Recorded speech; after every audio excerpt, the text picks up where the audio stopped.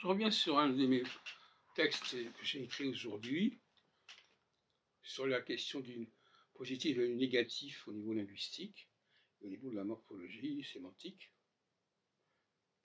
Je disais que je suis pour une très grande économie de la langue, et en général des systèmes plus globalement. Par exemple, je crois qu'il vaut mieux dire c'est faux et c'est pas faux, plutôt que de dire c'est faux et c'est vrai. Parce que un enfant, moi je me mets toujours à la place de l'enfant qui apprend une langue. Je me mets un peu à la place de ma grand-mère qui m'avait initié à la langue française avant sa mort en 1957. Et si j'apprends un enfant à dire c'est faux et c'est pas faux, il sait qu'il y a faux et pas faux. Donc il sait déjà qu'il y a une dualité possible. Par contre, si je lui dis c'est faux et c'est vrai, le vrai ne renvoie pas au faux. Et le faux ne renvoie pas au vrai.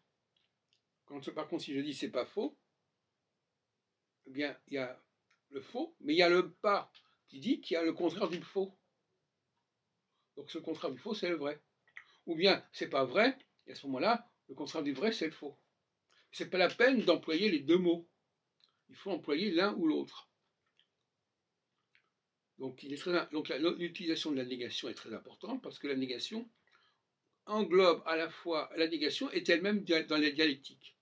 La négation, c'est à la fois la chose et le contraire de la chose. Par contre, si j'emploie deux mots différents, ils ne sont pas en négation l'un par rapport à l'autre. Puisqu'il n'y a pas d'élément qui prouve que tel mot est le contraire de tel autre mot. Sinon, parce qu'on vous l'a dit.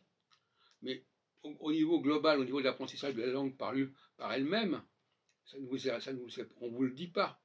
Quand si je dis c'est pas faux, eh bien, j'apprends le mot faux et j'apprends la négation qui me demande à comprendre qu'il y a quelque chose à faire qui est dans le contraire de faux. C'est beaucoup plus intéressant. De même que si je dis c'est peu probable, eh bien c'est le contraire de c'est très probable, par exemple. Donc à partir d'un seul adjectif, on peut dire c'est faux, c'est pas faux, c'est peu faux, c'est très faux, etc.